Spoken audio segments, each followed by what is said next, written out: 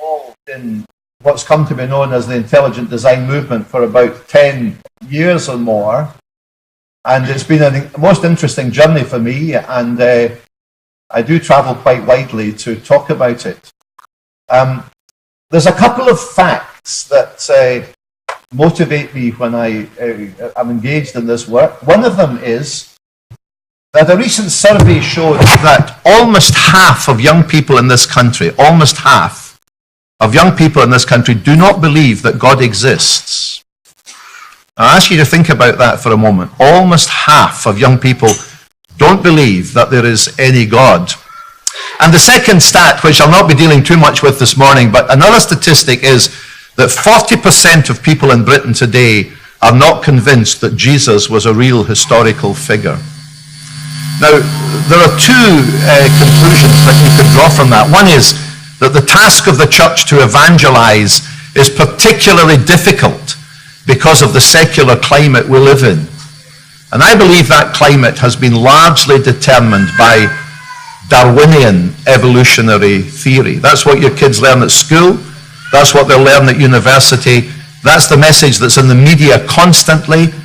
And this is the major factor in turning people away from belief in God. It's very sad that science, which was born in a Christian tradition, has become the means of disillusioning many people and turning them away from belief in God. The second factor that comes from that is that all of us have families, all of us have children, all of us have grandchildren. And we need to be concerned about the extent to which our young people are being indoctrinated by a secular culture.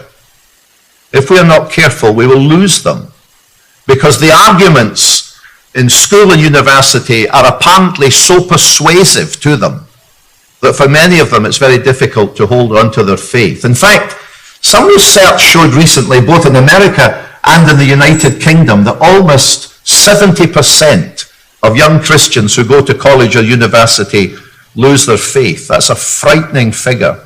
So that's part of the reason why I'm involved in the intelligent design movement, but I'm also involved in it for another reason. I'm involved in it because I believe it's true, and there's a value about truth that exceeds everything else. So I'm going to talk to you a little bit about it this morning. When I'm in church, I'm usually preaching, but today this is going to be a kind of a cross between a sermon and a lecture. So I hope you'll be able to stay with me. Now, there's a short passage from the New Testament that I would like to read. I can read it to you. It's from 2 Timothy chapter 3. This is probably the last letter that Paul wrote, and he's writing to a young Christian called Timothy, and this is what he says, 2 Timothy chapter 3, verse 12. In fact, everyone who wants to live a godly life in Christ Jesus will be persecuted, while evildoers and impostors will go from bad to worse, deceiving and being deceived. And then I want you to listen to this verse. But as for you, continue in what you have learned and have become convinced of, because you know those from whom you have learned it, and how from infancy you have known the Holy Scriptures, which are able to make you wise for salvation through faith in Christ Jesus. And just reflect on that verse 14 again. Continue in what you have learned and have become convinced of. May God bless that reading from the Holy Scriptures. You know, this verse indicates that in Timothy's experience, and probably in the experience of a great many of us, there are two crucial factors in coming to faith in Christ and in being a disciple of Christ. One is that we continue in the things we have learned.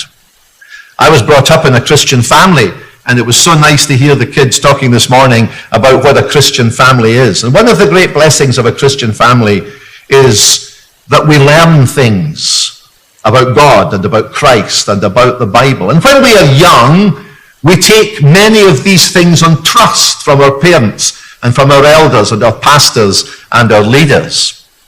But there comes a point in every life when we have to make these things true to ourselves, when we have to become personally convinced about the truth of the things that we have learned. And so when I think about intelligent design, I think about its importance in helping all of us to be convinced about the things that we have learned. I don't doubt that most of you who are here this morning don't doubt that God exists and have probably never doubted that God exists. But it's a wonderful thing to be convinced of that.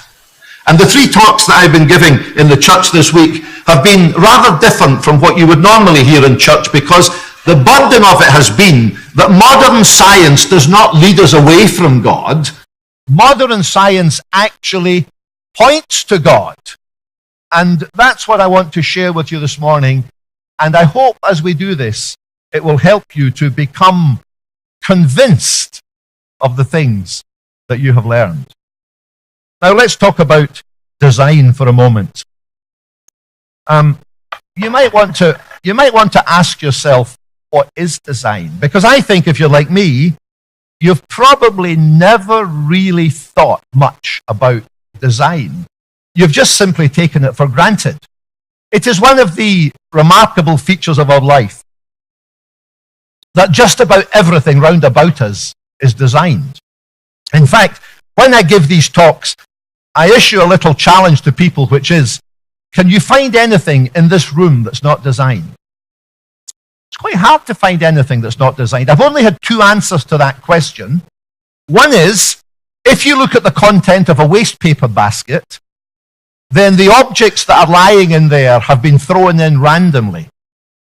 And so, although the objects individually have been designed objects, bits of paper, bits of plastic, little bottles, that sort of thing, although they have individually been designed, the way in which they've been thrown into the bucket is random. And so that's a fairly good example of something that's not designed, that has been randomly assembled by people throwing things into the waste paper basket. It does seem in our society that most people miss the basket and the stuff lies around, but you know what I mean. But the second example I've been given is an even better one, and I got this from a senior pupil in the school. This pupil said to me, the ashes from a fire are not designed.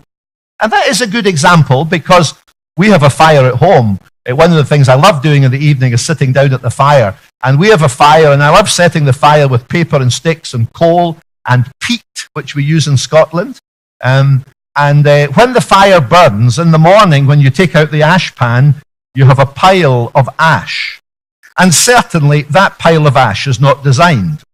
It's a random collection of things that have fallen through the grid when the fire was burning. Although, if you were able to see down into the atomic structure of the ash, and if you could look down into its atoms, you would discover a world of wonder and design that lies in every material thing. So although the ashes of a fire look like a random collection and are undesigned, in fact, there is, at the heart of it, very deep design. But design is something we take for granted. So looking around the room, I don't think at the moment I can see anything that's not designed. Well, I suppose maybe the collection in the offering, the way it's been thrown in there, is not designed, but actually the individual pieces, the coins, the notes, the pledges, they've all been thought out and designed. So we live in a universe where everything is designed. Look at the thing I have in my hand, this remote control. Now, if I were to say to you that this was the product of an explosion in a plastics factory, I think you would be forgiven for thinking I had taken leave of my senses. I mean, we know instinctively that an object like that is not going to occur randomly or by chance. And that's the first criterion for defining design. Design involves a highly improbable object which would not arise by any known physical or natural process. We just know instinctively that somebody had to make that. It wouldn't self-assemble by wind or by rain or by explosion or by chance. But the other thing we know about design is this, and you've probably never thought about this, but we also know that a designed object is not just a highly improbable object, but it is also an object which has been planned. The technical word is specified. You see, before you would get a remote like that, somebody somewhere in a design office drew a plan of that. Nowadays, it would probably be in computer software. But somebody produced a plan for this before somebody else turned it into the object I'm holding in my hand. And so that gives us the features of designed objects. They are highly improbable and complex, highly improbable, but they also have been specified by someone. Now, I don't know who designed the remote. I don't think I'll ever know, and I'm not particularly interested in finding out. But what I do know is that somebody planned this. And so when you look at a designed object, you know it has a planner, and you know that that came not just from the planner, but from the planner's mind. So when you look at a designed object, you are looking at the product of intelligence and mind. So you see, when we talk about intelligent design, what we are capturing in that is that the universe shows all the signs of design, and that the design comes from a mind, the mind of its creator. So intelligent design is not just a redundant phrase. It is a phrase that captures the essence of design. And I find it a very strange thing that we live in a world of very sophisticated design, from cars to computers to jumbo jets. We don't think much about design, but it's all around us everywhere all the time. And we know that that design is the result of a mind that produced it. And yet, when we come to think about the cosmos and life, we've swallowed the idea that there's no design in it. Now, how did that happen? It's a very strange thing. And not only is it strange, but it's strange that when you speak about intelligent design, people deride you, say you're weak-minded and feeble. And we were looking during the week at some of the leading scientists of our time who, when asked where did life come from, said it was a fluke. It just happened. So if I said to you that this was a fluke, that just was an accident in a plastics factory, you would laugh at me. But somehow or other, we put eminent scientists in the House of Lords who tell us that life in all its complexity came about by a fluke.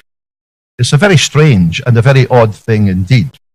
So here's a very simple definition of intelligent design. For some reason, I know what the reason is, and this is very silly. I have forgotten the design of this requires me to put this in here. Oh dear, imagine doing this in front of an audience. Do you know, the other evening, I left the church and went home and left my computer sitting here. So it's been quite difficult for me to get all this stuff together. So just give me a minute and we should be able to do this because it has worked every other time. And there we go. So there we are. Designed. So just while we pause there, let me say that there are three pieces of three resources that I've been showing during these talks. One is a book, textbook for pupils at high school or university on evolution. Not a religious book, a scientific book, but it explains the deficiencies of evolutionary theory. It outlines evolutionary theory, and then it looks at the deficiencies in it. Incidentally, I've given this to a lot of students. One student came back to tell me that she wrote an essay on evolution based on this book. It was in her English class, and she got an A for it. And her English teacher said to her, that's the most interesting essay I've ever read. You not only outlined evolutionary theory clearly, but you pointed out its weaknesses. So that's an interesting book. I have written a little booklet about intelligent design. I generally make this available free. And there is also a very interesting DVD about intelligent design called Expelled. And we looked at some of that last night. There's a very interesting section in this where Richard Dawkins, the great atheist, actually endorses the the basic view of intelligent design. It's a very strange and very interesting thing. Some of you were laughing when you saw it last evening. So these are available. Now, I don't have any stocks of them, but what to do is, if you would like some of these, please speak to the pastor, and he is going to order some resources from me, and in due course you'll be able to get these, and you'll be able to settle up with him for these resources. But look at the definition of intelligent design. Intelligent design holds that certain features of the universe and of living things are best explained by an intelligent cause and not by an undirected process such as natural selection. And what is interesting about intelligent design is that intelligent design is not essentially a religious position. It is a position which argues from the science that there is evidence of design. Of course, it has very important religious implications. I'm going to talk about that later in my talk. But intelligent design is, if you like, a commitment, a minimal commitment to intelligent causation of the universe based on scientific data. And I think you can see how important that is in a world where the views of Darwinian science dominates the thinking of people and makes them believe that universes, can you believe this? Universes are supposed to come into existence out of nothing, and life arises by a fluke. So I would suggest that if you can believe that, you believe anything. Intelligent design says certain features of the universe are best explained by an intelligent cause. So the question I'm going to speak to you briefly about this morning, is there evidence of design in nature? And I'm going to try and show you briefly what that evidence is. And there are basically 7 areas in which design is the best explanation of the data. There will probably be others, but I've tried to summarize them in 7. I'm not going to speak about all 7 at length because we'd be here till tomorrow morning, but I'll give you an idea of what these areas are. But just before we come to that, I ask you to think of this. The alternative to design is the operation of blind and purposeless processes. So many people today are prepared to settle for an explanation of the universe which depends on blind, purposeless processes. In fact, that is what Darwin proposed, that life develops in a purposeless way, without any plan, without any purpose, without God, without anything. And to many people that seems a satisfactory explanation. I don't know how, but they find that satisfactory. But even if that was the case, you've still got to explain the origin of these processes. So in fact, although you've come up with a pretty silly answer, you've still got something else to explain. So when you hear scientists saying, we can explain the origin of the world in terms of natural law, well, they can't really, but that's what they claim. But the schoolboy's question is, but please, sir, where did the natural laws come from? And so actually, you haven't explained anything. And as I suggested on Thursday night, there is really only one answer to this question. Is the universe created or by chance? The only logical answer is that it is created. Now, these are the 7 areas. You'll notice that I have a bit of an inclination to alliterate things. So I've given each of these headings the same letter, and I'm going to try and speak briefly about most of them, but not all of them. So the list of areas are our intuition, our intelligence, the intelligibility of the universe, its intentionality, its improbability, its intricacy, and the information that is carried in living things. So these are pointers to intelligent design. So just think about intuition for a moment. This picture I took in Canada some years ago. It was quite early in the morning, and we were staying in a little cottage on one of the lakes north of Toronto. And my wife came to me and said, look, come and see this.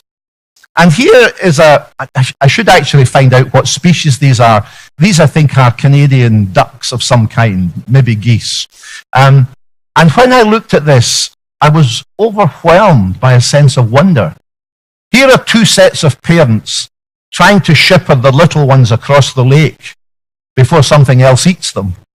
And just to stand and look at the marvel of that the sheer beauty of this, and all these little guys corralled into a line and sailing in a line across the lake with their kind of slightly nervous parents buzzing around, keeping them in order. I was just overwhelmed. In fact, I wanted to sing a song of worship, all things bright and beautiful. Well, there it is. And you know, there is something inside us, our intuition, which tells us that that has to be the hand of the Creator. Now, we should always trust our intuition. Some things are counterintuitive, but we have been given our intuition so that we can decide between what is wise and foolish, what is sensible and ridiculous. And so the very first thing about life in the universe is that our intuition tells us that this is part of a great cosmic plan. There is a book that a leading scientist has recently written called Undeniable. And if you're interested in pursuing this, you might want to get that book. It's fairly readable if you're a student of this. And in this book, the biologist Douglas Axe says, our intuition about nature, how I felt about that scene, actually confirms the truth of biology, that we are looking at design things.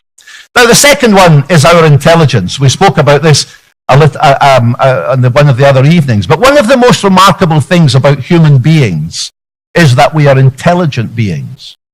Well, maybe you're sitting there saying, well, I'm not very intelligent. You are. You're actually made in the image of God. And your mind is a reflection of the mind of God. Our mind, our intelligence, our consciousness, our ability to think. And you're all thinking just now, even though some of you might be thinking about your lunch or what you're going to do tomorrow. This capacity that human beings have to think beyond themselves. If life was just a grim struggle for survival, we would only think about the things that involve our survival, but we don't do that. We think about things beyond ourselves, and we express ourselves, as we've been doing this morning, in music and in poetry and in art. There's something wonderful about human consciousness. Now, you perhaps are not surprised to know that science has absolutely no explanation for human consciousness. In fact, the best that Darwin can do is to say that it's an accident of physics and chemistry, and basically it just happened by chance. Well, that's a ridiculous explanation for what is the most obvious feature of our lives. And I was telling folks earlier in the week about this leading world-class philosopher, Thomas Nagel, who wrote a book recently called Mind and Cosmos. And the subtitle of his book is Why the Materialist Neo-Darwinian Conception of Nature is Almost Certainly False. And he is arguing in this book that if science cannot explain our consciousness, then it hasn't really begun to explain anything. And the remarkable thing about Thomas Nagel, the remarkable thing about him, is that he's an atheist. Just think about that for a moment. An atheist who says Darwinism can't be right. And one of the reasons it can't be right is it has no explanation for our consciousness. In fact, he says this remarkable thing, that Darwinism is a heroic triumph of ideological theory over common sense. And for common sense, you could read intuition. Our intuition tells us that our consciousness can't be the product of random blind forces. And so this is powerful evidence for intelligent design. Now, the third one, and this is a rather big word, please don't be put off with it, but I use the word the intelligibility of the universe.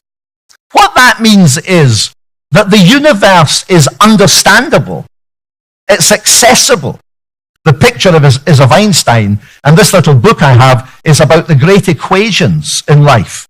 You see, it is a remarkable thing that the universe follows set laws. And not only does it follow set laws, but we can actually perceive these laws. So there's something remarkable about a universe that's not a chaotic assemblage. You know, if it was all chance and random forces, then you would expect the world to be a random place. The sun could rise in the south one day, the north the next day, the east the next day, and you wouldn't know from day to day where the sun was going to be in the sky. But the universe is not like that. The universe is regular and ordered and intelligible. And that in itself is a pointer to design in the universe. The fourth one is what I've called intentionality. Or, to use a phrase that's used in science, it is the phrase fine-tuning. Not only is the universe running on natural laws, but these natural laws are incredibly fine-tuned to be exactly right to make life possible. This is a most remarkable thing. This picture is a picture of an eclipse. There was an eclipse in Britain just a couple of years ago. I don't know if any of you saw it. My wife and I were in the Lake District on the day it happened, and I got a glimpse of it. It was a bit cloudy, but I got a glimpse of the moon sitting across the face of the sun. Somebody has described it as an emotion for all the senses, a moment for all the senses. The world didn't get dark, it got a little dull. It sounded as if the birds stopped singing. I couldn't vouch for that, but it felt like that. And suddenly you see the moon moving across the face of the sun. Now, during the eclipse, there was a television program which I happened to be glancing at from our room. And Professor Brian Cox was on the program. And somebody said to him, Professor Cox, is it not a very strange thing that the sun and the moon appear in the sky to be exactly the same size? Because the sun is 400 times bigger than the moon, 400 times bigger than the moon, but exactly 400 times further away. So they appear to be the same size in the sky. Is that not remarkable? And Professor Cox said, yes, it's a complete coincidence. Well, it might be a complete coincidence, but there is another explanation, a more likely explanation, which is that somebody intended it to be like that. Because the chance of one sun 400 times bigger than one moon being exactly 400 times further away, I think is a remarkable thing that calls for deeper thought about its origin. Now, it might be a coincidence, but the problem with the coincidence theory is that there are so many coincidences that they all start to add up, and they look a bit like a plan. This is the cottage I was staying on that lake in Toronto. Actually, that was another time I was there, as you've guessed, in winter time, when the lake was frozen and the snow was lying thick. It was beautiful. But let me tell you something about water. Now, I usually need a sip of water when I'm speaking. People say that's because I'm a dry speaker. I certainly am. But you see this liquid? This liquid is the most remarkable liquid in the world. It dissolves a little of almost everything. And it dissolves huge quantities of salts and other substances. In fact, if it didn't do that, then we wouldn't be here. Because our blood, which is largely water, carries hundreds of substances at the same time. The blood that's flowing through your body just now, the 8 liters or so of it, is carrying hundreds of substances in solution. There's no other liquid could carry so many substances at once. For example, if chance had given us paraffin in our veins instead of water, the whole thing would turn into a sludge. We'd be gone in about 10 seconds, and we wouldn't even be here to think about it. So this liquid, the most wonderful liquid of them all, but it has a very peculiar property that no other liquid has, and it's this. When liquids freeze, they freeze from the bottom up. And that's because when you cool something like any liquid, it becomes heavier and it sinks. And then when it reaches its freezing point, it freezes from the bottom up. But the curious thing about water is that water does it exactly the other way around. Water freezes from the top down. Now, you know that because when lakes freeze and puddles freeze, the ice forms on the top and then it works its way down. Now, that's a remarkable thing. Is that another coincidence? Well, I'll tell you what. If you were a frog or a fish in the lake at winter time, and if it froze from the bottom up, then you'd be lying on the top with your feet in the air, and you wouldn't be there next spring to know what was going on. So you see, life would be impossible, aquatic life would be impossible if water didn't freeze from the top down. And what happens in water is something that's called, I learned this at school, the anomalous expansion of water. When you cool water, the cool water at the top sinks, like all other liquids. But then at 4 degrees centigrade, the cool water then starts to rise to the surface. And so between 4 degrees and 0 degrees, water expands slightly and rises to the top and freezes from the top down. Another coincidence? Well, no, just another part of the design. And somebody has worked out that there are about 20 factors, gravity, nuclear forces, interplanetary and cosmic distances, that must have precisely the value they have to make our world habitable. So these laws are laws that are fixed very finely and very finely tuned. Now here's what a Cambridge scientist in the 1980s said about this. He says a common sense interpretation of the data suggests that a super intellect has monkeyed with the physics as well as the chemistry and the biology. Now that's not great theology, but I understand what he means. What he's saying is that everything in the universe is so precise that it looks as though a super intellect has set it up. In fact, he went further than that, and writing in an article about this, he says, second paragraph, if one proceeds directly and straightforwardly in this matter without being deflected by a fear of incurring the wrath of scientific opinion, one arrives at the conclusion that biomaterials and their amazing measure of order must be the outcome of intelligent design. No other possibility I have been able to think of. Now, Fred Hoyle was an outstanding cosmologist. In fact, he's one of the men that took a long time to be convinced about the Big Bang, but eventually accepted that the evidence did indicate that there had been something in the past of that nature. He is, as far as I can see, one of the first people to use the phrase intelligent design. A professor at Cambridge. He's not talking about flukes now. He's talking about intelligent design. Now, there's another scientist called Paul Davies.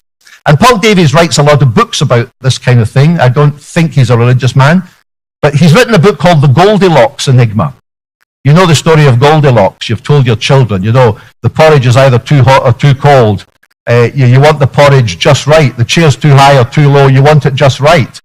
And the Goldilocks Enigma applied to the universe is, why is it that everything about the universe is just right and just the way it should be? And he says, on the face of it, the universe does look as if it has been designed by an intelligent creator, expressly for the purpose of spawning sentient beings. I concede that the universe at least appears to be designed. He's a bit grudging, but he says it appears to be designed with a high level of ingenuity. Here's a little bit of film about the fine-tuning of the universe that I'd like you to look at, which makes the point.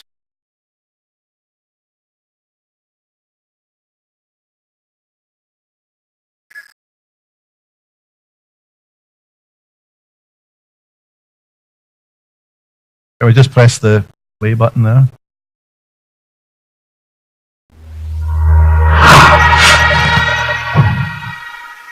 From galaxies and stars, down to atoms and subatomic particles, the very structure of our universe is determined by these numbers.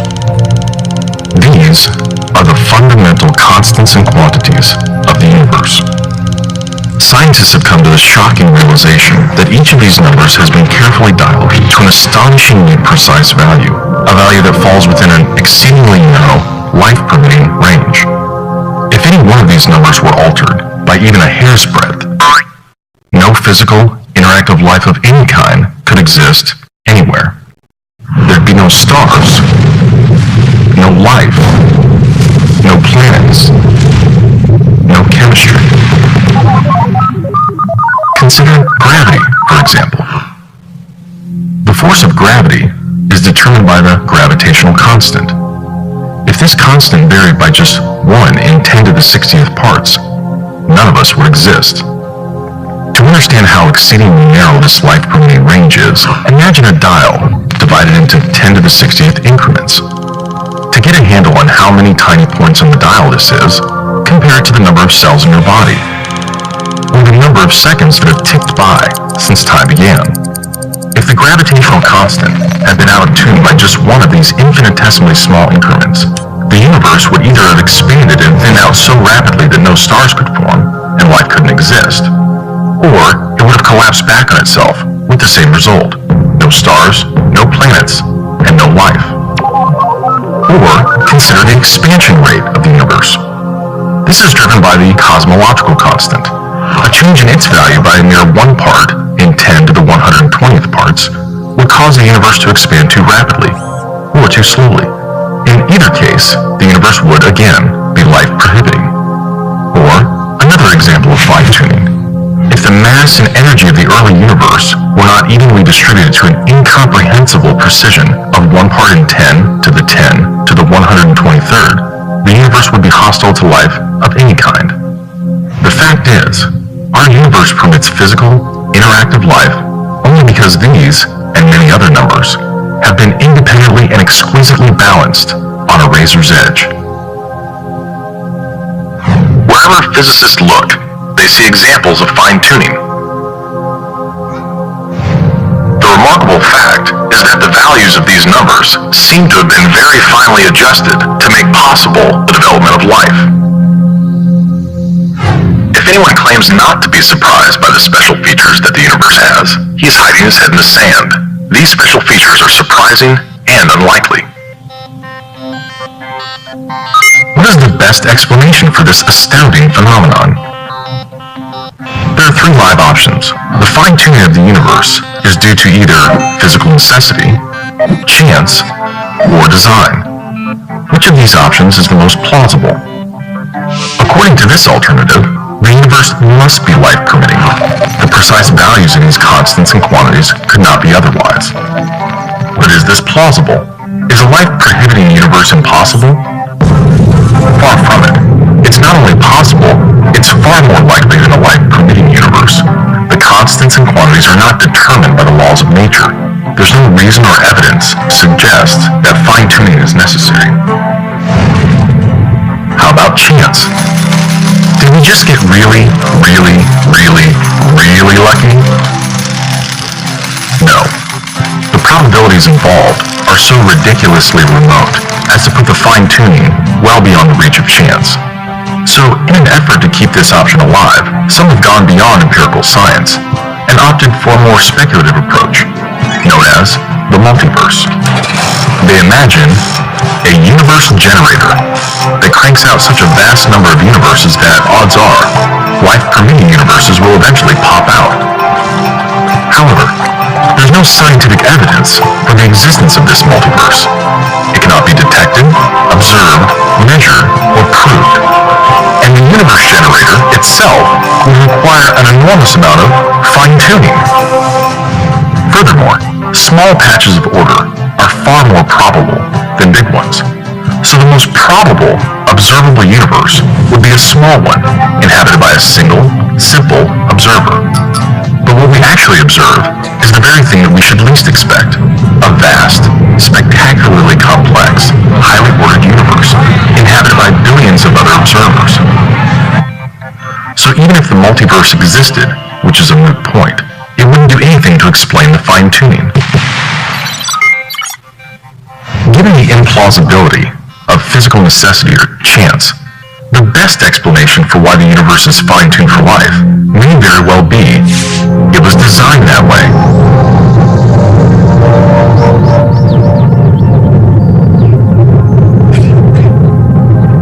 A common-sense interpretation of the facts suggests that a super-intellect monkeyed with physics, and that there are no blind forces worth speaking about in nature. The numbers one calculates from the facts seem to me so overwhelming as to put this conclusion almost beyond question. There is for me powerful evidence that there is something going on behind it all. It seems as though somebody has fine-tuned nature's numbers to make the universe. The impression of design is overwhelming. The heavens declare the glory of God. The skies proclaim the work of his hands. Day after day they pour forth speech. Night after night they reveal knowledge. Now, I don't know if you're like me, but I find it pretty reassuring to hear some of these leading scientists concede that the universe looks as if it is designed. It takes smart guys a long time to get there. You know, ordinary people can pick that up pretty quickly.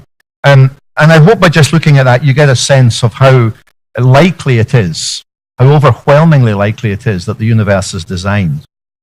I'm not going to speak about this when it's a little technical, but it just simply says that the molecules that make up life, like proteins or DNA, are incredibly complicated. And the units that make them up have to be assembled in pretty much the exact order for them to work.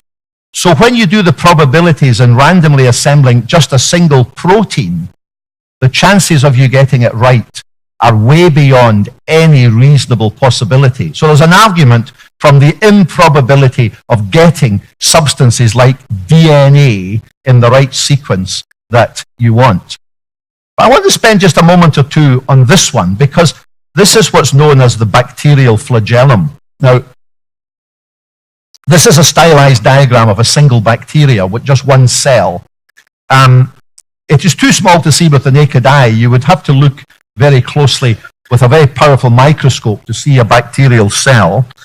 And the thing about the bacterial cell is that the world is full of them. In fact, we're full of them. Inside your intestine and mine, there are billions of bacteria, most of them sitting there waiting for their lunch, and they'll help to digest the food that we eat. There's a handful of bacteria that are deadly and would kill you. That's why we have antibiotics. But most bacteria are necessary for life and are part of life as we know it. These are incredible little organisms, among the simplest apparently, but very complex. This bacterium has, as you can see, a tail. Looks like a wee bit of hair that ought to be shaved off in the morning. But actually, this is what's known as the bacterial flagellum. And the bacterial flagellum is a rotary motor that enables the bacterium to swim. Now, here's a diagram of that bacterial flagellum. If you look at the left-hand side there of the picture, that is a drawing of the connection between the cell wall, which is the thick band, and the tip of the hair as it sticks into the cell wall.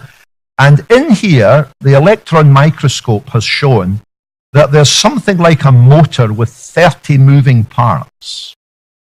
Now, Michael Behe, when he saw this, he's a biologist that teaches at the University of Lehigh in Pennsylvania. When he looked at this, he said, my goodness, that's an outboard motor. And he realized that what he was looking at was a most sophisticated piece of kit, which can rotate at up to 100,000 revs per minute and can switch direction on a quarter of a turn. I rather doubt if any engineer in the world could produce such a thing. And it's incredibly small. And the point about this is that in order to get that, you couldn't evolve that. Because Darwin's theory of evolution depends on random changes producing a slight advantage, and then for that change to persist, it would have to be somehow functional, and then you add another one and another one and another one, and the idea has got about over billions of years you could assemble something like this. But Michael Behe said, that is not remotely possible, because what we have discovered is that if you take away any one part of that motor, any one part, it ceases to work.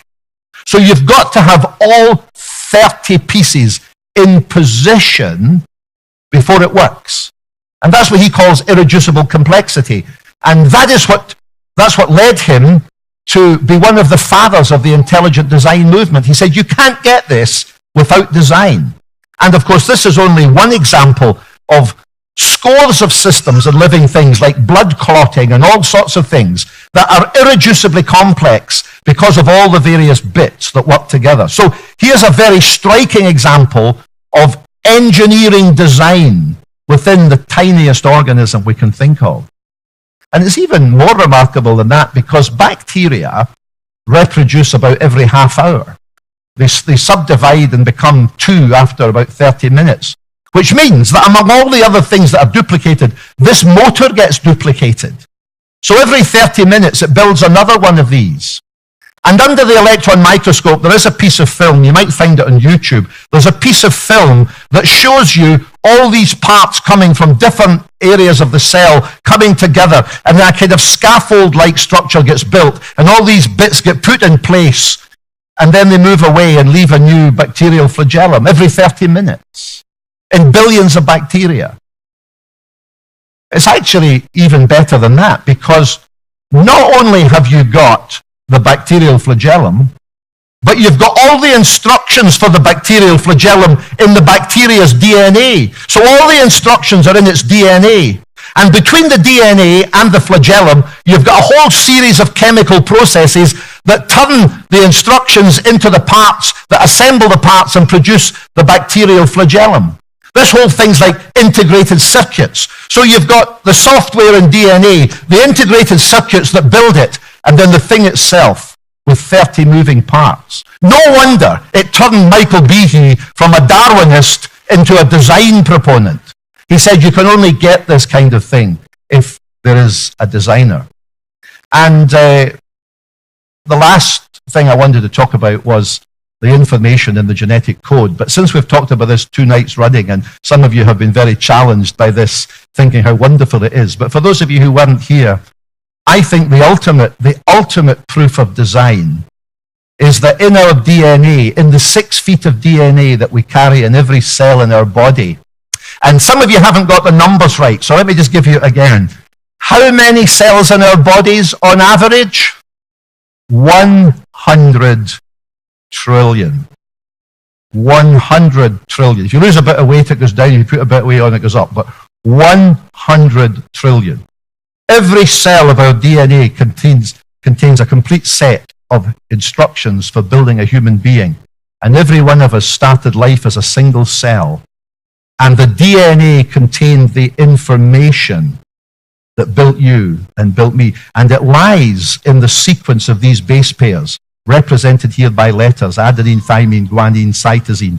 The sequence of these base pairs, and there's 3.2 billion pieces of information in each strand of DNA. That's what builds human beings. And do you remember what I said about this? What I said about this was, not only is it improbable, but it represents the mind of someone who planned it. When we look at DNA, as Francis Collins, the American scientist, said, we are looking at the mind of God. This is where God put the instructions for building human beings. You know, I'm friendly with a Christian couple in Scotland who are heavily involved in Christian ministry. And I got to ask the lady once, I said, how did you become a Christian? And she said, you know, it happened when my baby was born. I said, how was that? Well, she said, when my baby was born, and it was so perfect and so wonderful, I said to my husband, we didn't do this. Someone else did this. And she said, I became convinced that God existed. So I went to the local church, and praise God, it was evangelical. And within a short time, she heard the message about the gospel and Christ. And she became a Christian. But basically, what changed her mind was her baby. And her baby was the product of her DNA and her husband's DNA combined to produce a unique individual. And I think that argument about genetic information, which is largely ignored by the scientists of the modern world, they assume that life programmed itself without any help. If you proposed that a computer could program itself, I think you would be shown the way to some serious counseling. But somehow or other, we're happy to accept that life programmed itself. Now, I'm going to run out of time here, so if you don't mind, I'm just going to skim through to this slide. Now I want to show you one last bit of film, if you can wait. What are we going to teach our young people? I think we need to teach our young people that the universe, the existence of the universe, requires a sufficient first cause. Secondly, design in nature is demonstrable. I think our young people need to know this. Even if they're bombarded with Darwinism at school and university, they need to know that the arguments for design are overwhelming. And even if they don't feel able to speak up about it, at least they need the intellectual resilience to ask the questions and know that there's another view of this. Thirdly, Darwinism is an inadequate explanation of origins. Fourthly, evolution has become a secular worldview. Fifthly, science has been hijacked by naturalism. Naturalism is the philosophy which insists that there are only natural causes. even although it can't explain where they came from. Sixthly, many of the pioneers of modern science were Christians. The people that gave us science were believers in the design argument, and that's how they felt science was possible, because the universe is understandable.